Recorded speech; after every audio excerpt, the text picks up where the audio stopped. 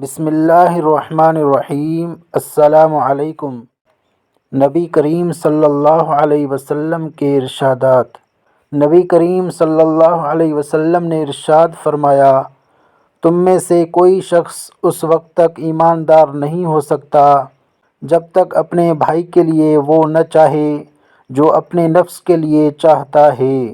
انصار سے محبت رکھنا ایمان کی نشانی ہے اور انصار سے کینہ رکھنا نفاق کی نشانی ہے۔ کوئی بندہ جب قیامت کے دن اس حالت میں پیش ہوگا کہ اس نے کلمہ لا الہ الا اللہ کا اقرار کیا ہوگا اور اس سے اس کا مقصود اللہ کی خوشنودی حاصل کرنا ہوگی، تو اللہ تعالیٰ دوزخ کی آگ کو اس پر حرام کر دے گا۔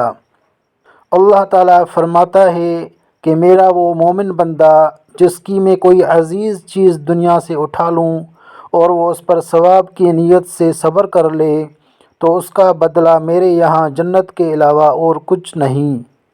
وہ وقت قریب ہے جب مسلمان کا سب سے عمدہ مال اس کی بکریاں ہوں گی، جن کے پیچھے وہ پہاڑوں کی چوٹیوں اور برساتی وادیوں میں اپنے دین کو فتنوں سے بچانے کے لیے بھاگ جائے گا۔